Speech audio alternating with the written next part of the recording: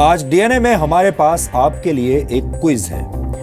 25 जून को जम्मू कश्मीर के पंपोर में सीआरपीएफ के जवानों की बस पर आतंकवादियों ने हमला किया था और इसकी वजह से देश के 8 जवान शहीद हो गए थे। क्या आपको उन 8 जवानों में से एक भी जवान का नाम याद है? शायद आपको याद नहीं होगा। इसी तरह 10 जुलाई को कुपवाड़ा में सेना और आतंकवादियों के बीच मुठभेड़ हुई थी, जिसमें एक जवान शहीद हो गया था।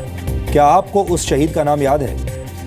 शायद आपको यह भी याद नहीं होगा। अब आपसे एक और सवाल, क्या आप मानते हैं, क्या आप जानते हैं कि जम्मू कश्मीर में मारे गए हिजबुल मुजाहिदीन के आतंकवादी का नाम क्या है? आप में से ज्यादातर लोग तुरंत बता देंगे कि उस आतंकवादी का नाम है बुरहान वानी।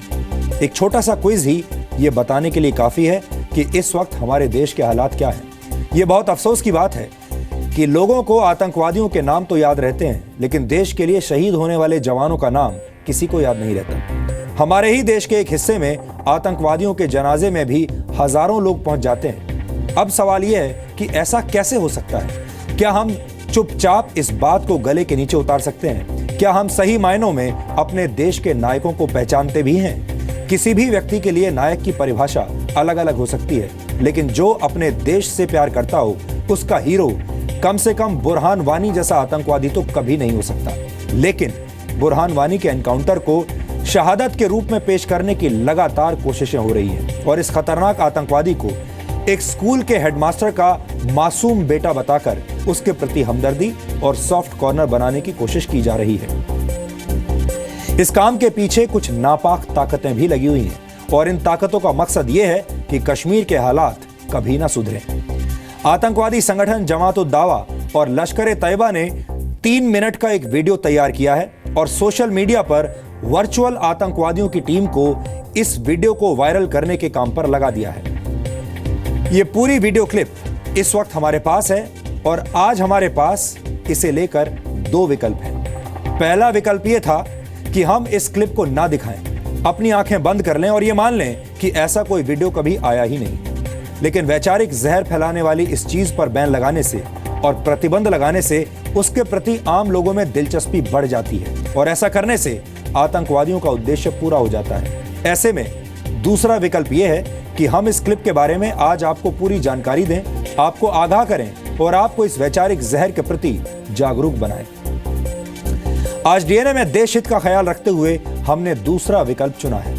हम आगे चलकर आपको इस वीडियो के कुछ ऐसे अंश दिखाएंगे जिनसे आतंकवादी बुरहान वानी की देश विरोधी सोच का पर्दाफाश होता है। इस वीडियो को देखकर आज आपको यकीन हो जाएगा कि ये लड़का वाकई में आतंकवादी ही था। इस बीच आप देख ही रहे हैं कि बुरहान वानी को मेन स्ट्रीम मीडिया और सोशल मीडिया में हीरो बनाने के लिए बहुत से बुद्धिजीवी, पत्रकार और कथित समाज सेवक निःशुल्क मजदूरी पर लगे हुए हैं। ये तमाम लोग पाकिस्तान के नहीं हैं, ये इसी देश के हैं, भारत के हैं।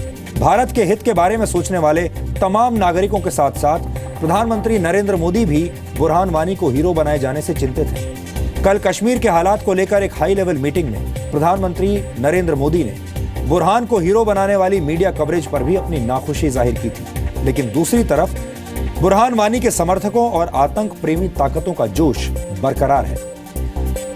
देश की राजधानी दिल्ली के जंतर मंतर पर कुछ तथाकथित समाज सेवकों और बुद्धिजीवियों ने बुरहान वानी के एनकाउंटर और कश्मीर में सरकार के एक्शन के खिलाफ प्रदर्शन किया। एक तरह से कहा जा सकता है कि ये लोग बुरहान वानी को एक भोला भाला आतंकवादी बताने की कोशिश कर रहे हैं, लेकिन शायद इन लोगों को कश्मीर के हालात का अंदाजा नहीं है। आप आसानी से समझ सकते हैं कि जनतंत्र और अभिव्यक्ति की आजादी के नाम पर किस तरह ये लोग पाकिस्तान के एजेंडे को हमारे ही देश में बैठकर आगे बढ़ा रहे हैं। ये तस्वीरें इस वक्त आपके सामने हैं और ये प्रदर्शन और कहीं नहीं बल्कि भारत की राजधानी नई दिल्ली में हो रहा है। जनतंत्र के नाम पर और अभिव्यक्ति की आजादी के नाम पर लोग कुछ भी कहने की आजादी चाहते हैं, लोग कुछ भी नारा लगाने की आजादी चाहते हैं। कश्मीर के हालात का फायदा उठाने के लिए अब सीमा पार बैठे आतंकवादी भी सक्रिय हो गए हैं और क्यों ना हो, क्योंकि उन्हें हमारे ही देश में बैठे हुए इन लोगों का समर्थन हासिल हो रहा है जिनसे उनके इरादे बुलंद होते जा रहे हैं। सूत्रों के मुताबिक खुफिया एजेंसियों ने कुछ आतंकियों की बातचीत इंटरसेप्ट की है, जिसमें पाकिस्तान में बैठे आतंकवादियों के आका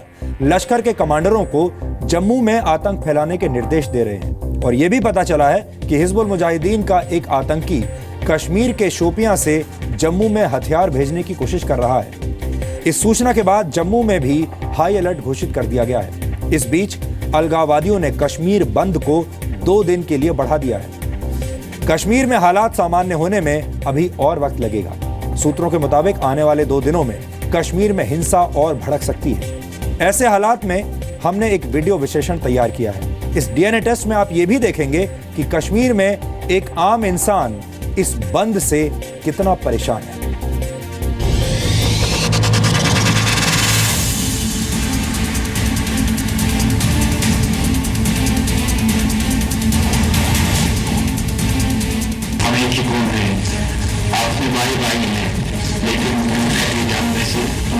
तुम सब ये समझने से काफी हो, इसलिए मैं आपसे आपको मशवरा देता हूँ कि अपनी बंदूक को इंडिया की तरफ कर दो और हमारा साथ देकर तहरीक की आज़ादी में शामिल हो जाओ। आतंकी बुरहान वानी कश्मीर का हीरो कैसे हो सकता है? वर्चुअल आतंकवाद फैलाने का मास्टर माने जाने वाला बुरहान वानी तो मारा गया, लेकिन उसके आका अभी भी सोशल मीडिया पर उसे हीरो बनाने पर तुले हैं। लेकिन ऐसा क्यों है कि एक आतंकी सोशल मीडिया की मदद से हीरो बन जाता है? क्या हमें इस खतरनाक हथियार का अंदाजा है कि सोशल मीडिया एक ऐसा प्लेटफॉर्म है और इतिहास में शायद पहला ऐसा प्लेटफॉर्म है जो आपको इतनी कम खर्चे में इतनी बड़ी रीच आपको प्रदान करता है। आज जितने भी एंटी टेरर या टेररिस्ट लोग हैं और गैर कानूनी गतिविधियां करने वाले, उन्होंने इस बात को रियलाइज़ कर लिया है कि उनकी इंटरनेट पे पावर अगर है तो वो सोशल मीडिया को टारगेट करने पर है।